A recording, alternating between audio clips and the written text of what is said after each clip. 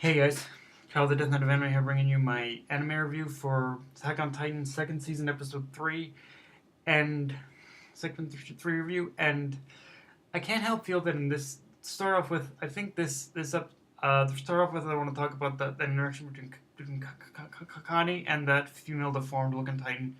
I think it's been confirmed at this point, considering what we saw in the reaction, that that female deformed Titan is probably Annie's is probably the his mother. I think it's his mother, honestly. Like, yeah, like I think the moment that the female looking Titan said "Welcome home," yeah, I think Connie pretty much knew that. Yeah, that's pretty much that's his mother. So now I think this pretty much opens up the door to saying that all the reason why all the people of Connie's village are missing is because they were all transformed into titans, which leads into what I said about the last review about how all the titans are being all are humans who are being experimented on. So now that pretty much now that opens the door to questions, even further questions and mysteries about how are they being transformed into titans. Well, it's and because another thing that was pretty much another thing that was pretty much cement about this is the scene afterwards where the scout regiment is trying to scour the walls for any sign of a breach from the Titans, and and they couldn't find a single goddamn breach or hole that the Titans or the Beast Titan or any of the other like probable Titan shifters had created.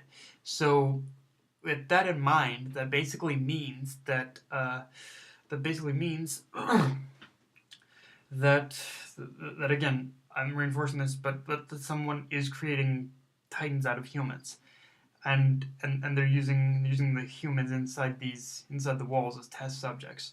So yeah, I feel that in a way that's pretty much one mystery that has been cemented. And actually, that's one other thing I want to talk about is that as a manga reader, I will say that I think the anime is doing a bit more of a I don't want to say a better job, but a bit more of is taking a clearer position on the whole mystery aspect. Like I think they're making certain mysteries a little more obvious in this in the anime in comparison to the manga. Because I think the last time I read the manga, I think Isayama was making things a little more vague compared to the anime right now. But in a way it worked. In a way, I think it was I think it's to help out the anime onlys. But yeah, as a manga reader, I did notice that I think the anime is taking a bit more of an obvious stance on the mysteries in a way, because even in this episode, with the whole with Pastor Nick, for instance, he was basically he was basically he was basically he when he was giving information to the scouts and Hanji and Levi, he was basically saying how his how the wall cult or whatever was basically created in order to protect a certain individual. And in this case, I can't help feel that there was a lot of force that there was a lot of leaning towards it being Krista, because I think even in this episode, what I saw, that they were basically saying how there was this how they were basically even giving details. Now, of course, we could people can speculate it's probably the anime only could probably speculate it's probably Armin, but honestly, I think the way that they were they were presenting it, I think it's totally Krista at this Krista like at this point. And for those who don't know, Krista is the girl who looks like Armin, who has blonde hair, blue eyes too. So yeah. Also, Ymir. I want to talk about Ymir for a second. Ymir. Okay, so it seems like Ymir is the one who is the only one as of right now who knows. And from the way Krista was talking, it seems that she is the only one who knows that Ymir is the only one who knows Krista's secret. So that only begs the question. That only begs the question exactly what her motives are at this point. It seems like she's keeping a secret at some point. She's giving us she has just some reason for doing it, but we don't exactly know the full on reason why she's doing it. Could she be kind of related to maybe a certain could she have a relation in some way to the reason as to why as to the people who want Chris protected? Who knows? But yeah, that's my whole thought on it. Also, I want to talk about also Reiner and Bertolt. At this point, I think they're almost. I think they're almost okay. I'm just gonna say right now, guys. I think I'm leaning right now towards the fact that both Reiner and Bertolt are the Titan shifters that the Scout Regiment is looking for, because the way they were the way they were acting in this episode, it was very sporadic and very what's the word I'm looking for, very and very and very worried and very frantic. So that almost makes me think that they're almost that the anime is almost leading us towards the fact that yes, Reiner and Bertolt are the armored are the armored and the colossal titan, because yeah, just the way they were acting, it looked very, there was a lot of suspicion surrounding these guys right now. So yeah, and actually, I'm not gonna lie, guys. I have known, I have speculated and known for a while that at the very least that Reiner himself was the armor titan, because, and ironically enough, it's only because of a single detail, which is that, which is the armor titan's hair. Like the armor titan's hair was was basically the same design as was basically the same look as Reiner's, but also that I feel that looking back, I was watching the first season a while back, and I feel that there are actually other little hints, even throughout the first season, the little hints and little bits throughout the first season that are actually hinting at the fact that Reiner and Bertolt are actually the are actually the Titan shifters, are actually the other Titan shifters.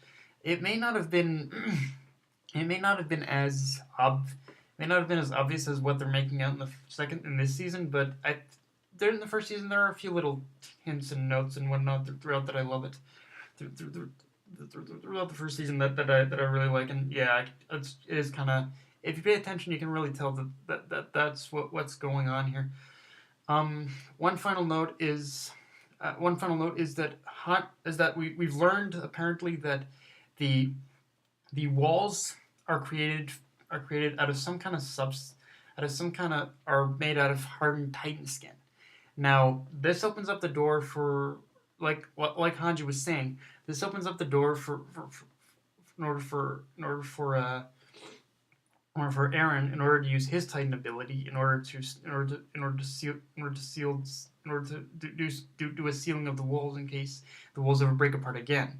So I imagine though that it isn't going to be as simple as just him tapping into the power. I think there is going to be some kind of training he's going to go through in order to tap into that power, in order to separate his hardened skin from his body, in order to seal the wall up. But yeah, it's which just also opens up the mystery of how the hell the Titans even made it, how the hell the Titans even made it into the wall, or even were crafted into the wall to begin with. Like I said, this episode, it brought forth a lot of answers to mysteries, yet so many more questions were brought forth, and that's what I've always loved about Attack on Titan, is that for every new answer, that there arises an even bigger mystery.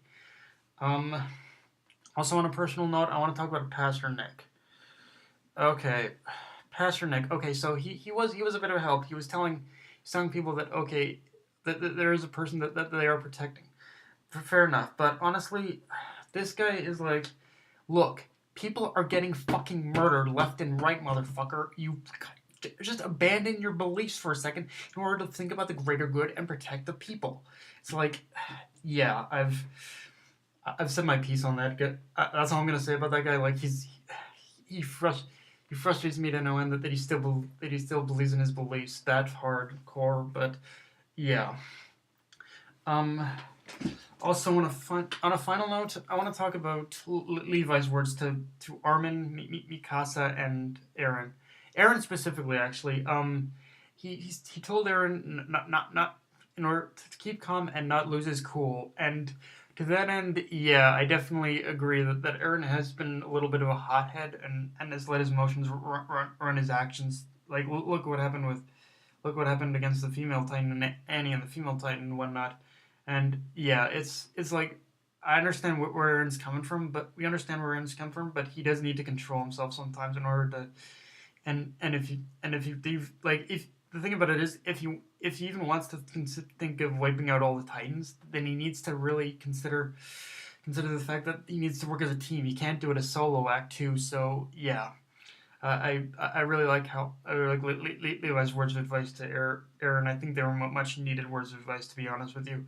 Because as much as I love Aaron, yeah, I do admit he does go off on his own and whatnot. So yeah, guys, that's my review for Attack on Titan Shingeki no Kyojin, second season, episode 3. Yeah, again, great episode, a lot of mystery solved, and a lot more that still have yet to be revealed. Um, Also, I guess I better speak my piece again about this 12 episode thing. Um, Even though, like, okay, it is, I don't mind we're getting 12 episodes, but in the likely event that we're going to get a season 3, I'm not sure how popular season 3 is going to be. Like, because season 3 handles will probably be handling what is it, the uprising arc. That wasn't the most favorable arc. Like, I liked it fine enough, but if there's a season 3, I'm not sure how popular that's gonna be. So yeah, who knows. But anyway, guys, that's my review. I'll see you all later. If you enjoyed the video, like, comment, subscribe, or follow me on Twitter and Facebook. Death Night of Anime, signing off. Later, guys.